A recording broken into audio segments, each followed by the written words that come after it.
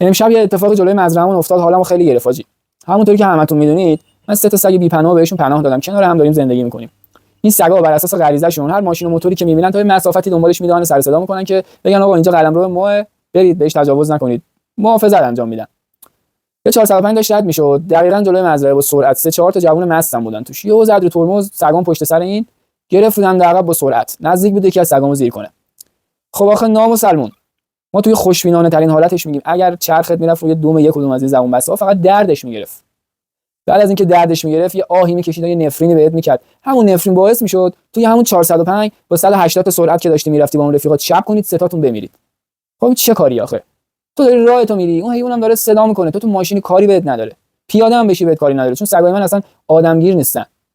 یا خیلی از ماشینا رو میبینم رد میشن، تا به سگای من میرسن میزنن رو ترمز، شیشه رو میدن پایین یا در وا میکنن، به سگ میگن کیش کیش کیش کیش کیش، نمیدونم چه کیش کیش کیش کیش. چه فازیه؟ چی رو میخواید ثابت کنید؟ خب یکم با حیونا مهربونتر باشید، شاید از این وضعیت در بیاین. امیدوارم که بفهمیم که سگ چه موجود نازنینیه، اینقدر این سگا رو اذیت نکنیم. این ویدیو رو دست به دست کنید، بلکه اونایی که این مدلی هم به خودشون بیان.